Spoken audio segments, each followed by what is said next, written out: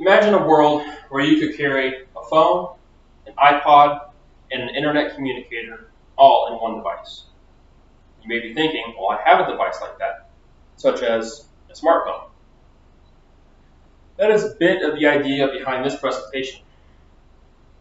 We will be examining Steve Jobs, CEO of Apple, and his use of rhetoric and its effect on an audience through generations.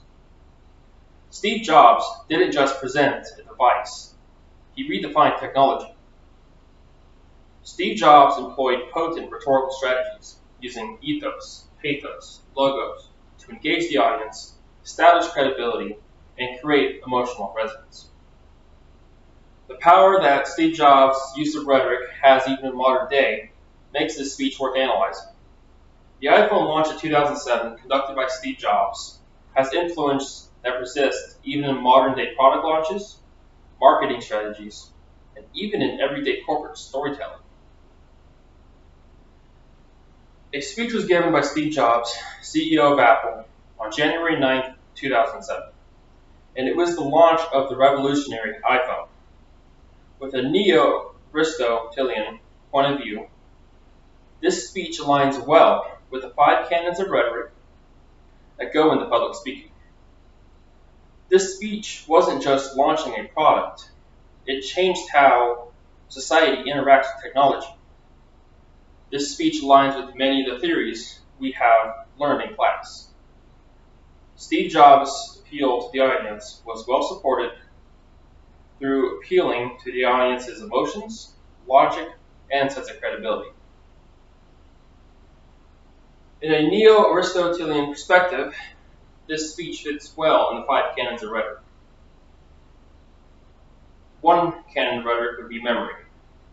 If you watch this speech, you will notice that Steve Jobs was not speaking through a teleprompter, and his slides were very minimal, not very many words. Another canon of rhetoric could be organization. Now, this canon of rhetoric shows how the speech is structured, the effectiveness of the speech, and the speech hinges on its structure. When he started his speech, he was like, today we are introducing 3 revolutionary products: iPhone, an iPod, and an internet communicator. Now, this falls into the idea of the use of threes. Now, that theory is supported in many academic journals and in many studies, and its use and effect on an audience is very well appealing. And he repeats this several times: an iPod, an iPhone, the internet communicator. This built a lot of suspense to the audience. Furthermore, it is important for an extrinsic analysis of this speech to consider the historical and technological contexts. Now, in 2007, the iPhone was just being released. Prior to that, phones had a handful of buttons, and they were very limited with capabilities that they could do. And BlackBerry was rolling the market, and the audience's readiness for a new kind of device provided Steve Jobs with fertile ground for his rhetoric.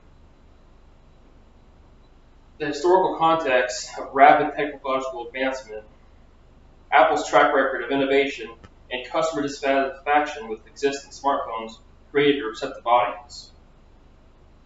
We can look at the corporate identity of Apple itself, combined with Steve Jobs' credibility.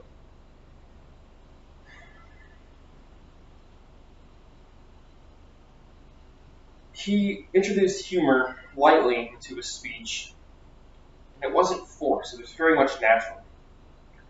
He was speaking as he was about to introduce the idea of a touchscreen phone, no longer using a stylus, which was something you normally had to hold and put away, and if you lose it, your device was rendered essentially useless until you found another stylus. And he was bringing up the idea of getting rid of that mechanical device, and brought up the idea of multi-touch technology, where you could touch a screen with your fingers and navigate your phone that way. And at the end of his little presentation of explaining multi-touch technology, he was like, boy, we patented it. The audience found humor behind that. Now, before talking about that, presenting the phone in just one gigantic screen, he was speaking of, well, here it is. Here's our idea. And it was a Photoshop picture of a rotary, an old school dial rotary phone attached to the bottom of a phone. The audience just found that hilarious. And he's like, no, this is what we're using. We're using a complete screen using our fingers.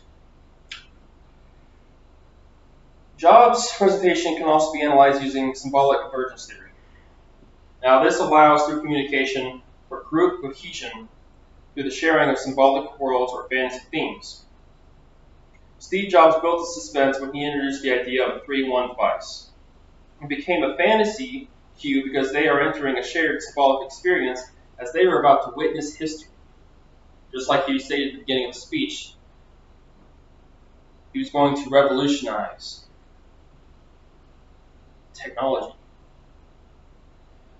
As we continue to live in a technology-driven world, remember the pivotal role behind the use of rhetoric in public speaking.